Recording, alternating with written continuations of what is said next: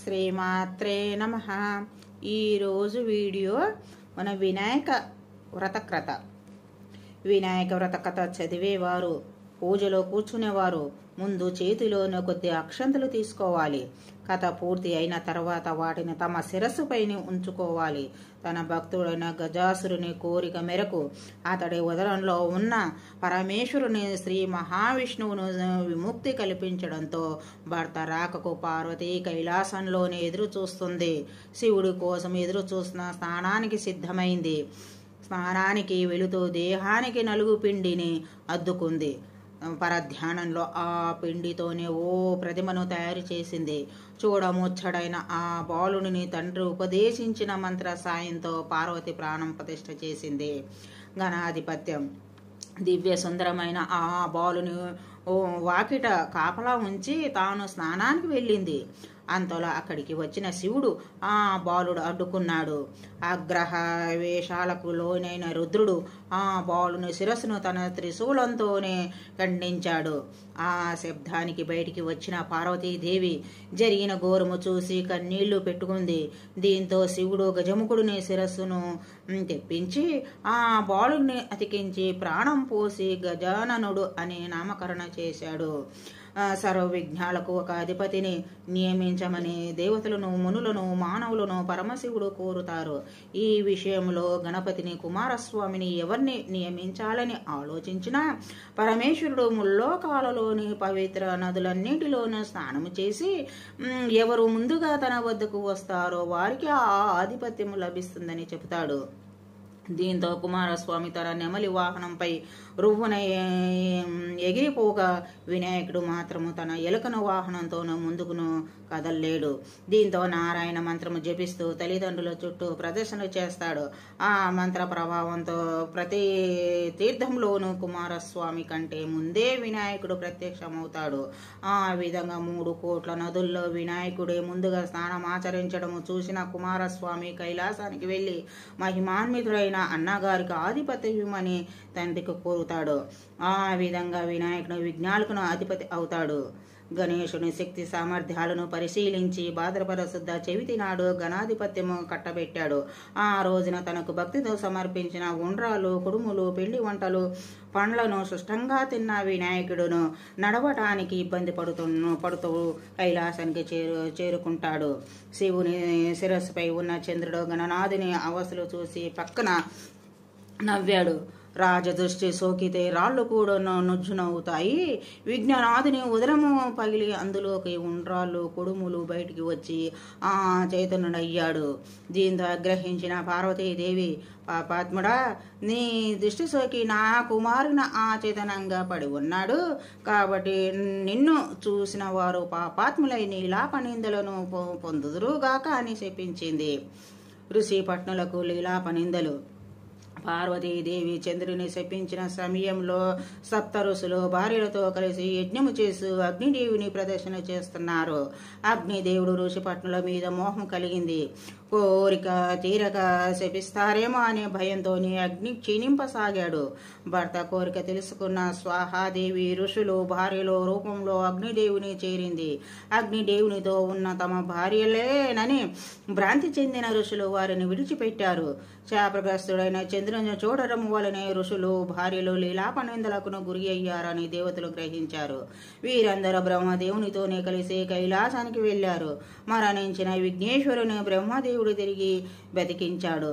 తర్వాత పార్వతీదేవి, అమ్మా, నీవు చంద్రుని ఇచ్చిన శాపం వలన ఆపద కలిగింది, కావున శాపాన్ని ఉపసంహరించుకో అని కోరాడు. అప్పుడు పార్వతీదేవి ఏ రోజున చంద్రుడు విఘ్నేశ్వరుని చూసి నవ్వాడో ఆ రోజు చంద్రుని చూడకూడదని అని శాపాన్ని సవరించింది. ఆ రోజు నుంచి అందరూ భాద్రపద శుద్ధ చవితి నాడు చంద్రుని చూడకుండా జాగ్రత్తగా ఉండి సుఖంగా ఉన్నారు. ఇలా కొంతకాలం గడిచింది. శమంతకోపాఖ్యానం. ద్వాపరాయుగంలో ద్వారకాలో నివాసము ఉన్న శ్రీకృష్ణుడు నారదుడు కలిశాడు. కాసేపి పిచ్చి పాటి మాట్లాడక, స్వామి, ఈరోజు వినాయక చవితి, పార్వతి శాపం కారణంగా చంద్రుని చూడకూడదు, నేను వెళ్తాను అని కృష్ణుడికి చెప్పి నారదుడు వెళ్ళిపోయాడు. ఆ రోజు రాత్రి ఎవరు చంద్రుని చూడకూడదని పట్టణంలో శ్రీకృష్ణుడు చాటింపు చేయించాడు. శ్రీకృష్ణునికి పాలంటే ఇష్టము. ఆ రోజు రాత్రి శ్రీకృష్ణుడు ఆవు పాలను తాగుతుండగా పాత్రలోని పాలలోని చవితి చంద్రుని ప్రతిబింబాన్ని చూశాడు. దాంతో తనకెలా అలాంటి అపనిందలు వస్తాయో అని చింతించాడు. కొన్ని రోజులు గడిచాయి. సత్రాజిత్ సూర్యుని వరంతోనే సమంతకమణిని సంపాదించాడు. రోజుకు 10 బారువుల బంగారాన్ని ఇచ్చే ఆ మణిని తీసుకొని ద్వారకు వెళ్ళాడు. శ్రీకృష్ణుడు సత్రాజిత్తును అతిథి మర్యాదలు చేసి ఆ మణిని తనకు ఇవ్వమని కోరాడు. అందుకు సత్రాజిత్తు ఒప్పుకోలేదు. తరువాత ఒకరోజు సత్రాజిత్తు తమ్ముడు ప్రాసేనుడు సమంతకమణిని మెడలో వేసుకొని అడవిని వేటకు వెళ్ళాడు. అడవిలో ఒక సింహం ఆ మణిని చూసి మాంసం ముక్క అనుకొని ప్రాసేనుణ్ణి చంపింది. మణికి నోట కరుచుకొని పోతున్న సింహాన్ని జాంబవంతుడు చంపాడు. సమంతకమణిని కొండ గుహలో ఉన్న తన కూతురు జాంబవతికి ఆ వస్తువుగానే ఇచ్చాడు. మరుసటి రోజు సత్రాజిత్ తమ్ముడి మరణ వార్త విన్నాడు. శ్రీకృష్ణుడు తన తమ్ముడిని చంపి సమంతకమణిని అపహరించాడని నిందించాడు. శ్రీకృష్ణుడు అది విన్నాడు. భాద్రపద శుద్ధ చవితి రోజు చంద్రబింబాన్ని చూసిన దోషం వల్ల తన మీద నింద పడిందనుకున్నాడు. సమంతకమణిని వెతుకుతూ అడవిని వెళ్ళాడు. ఒకచోట ప్రయాసనుని సింహం కనిపించింది. అక్కడి నుంచి సింహం అడుగులను కనిపించేవి. వెతుకుతూ వెళ్ళి ఒక పర్వత గుహంలోకి ప్రవేశించాడు.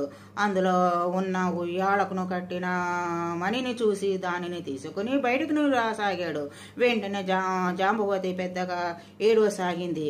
కూతురు ఏడుపు విని జాంబవంతుడు కోపంతో శ్రీకృష్ణునిపై యుద్ధానికి తలపడ్డాడు. వారిద్దరి మధ్య 28 రోజులు యుద్ధము జరిగింది.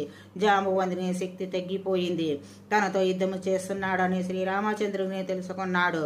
త్రేతాయుగంలోనే జాంబవంతుడు శ్రీరామునితో యుద్ధము చేయాలని కోరాడు. ఆ కోరికని ఇప్పుడు శ్రీకృష్ణ రూపంలో వచ్చి తీర్చాడని గ్రహించాడు.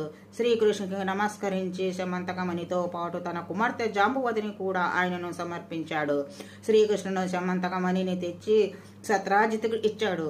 నిజము తెలుసుకున్న సత్రాజిత్ తనను క్షమించమని శ్రీకృష్ణుడు వేడుకున్నాడు. తన కుమార్తె సత్యభామను ఇచ్చి వివాహము జరిపించాడు. సమంతకమణిని కూడా శ్రీకృష్ణుడు ఇచ్చాడు. ఆ సమయంలో అక్కడకు వచ్చిన మునులు, శ్రీకృష్ణుడు వీరు సమర్థులు కనుక మీపై పడిన నిందలను పోగొట్టుకోగలిగారు. మా వంటి వారికి ఏది గతి అన్నారు.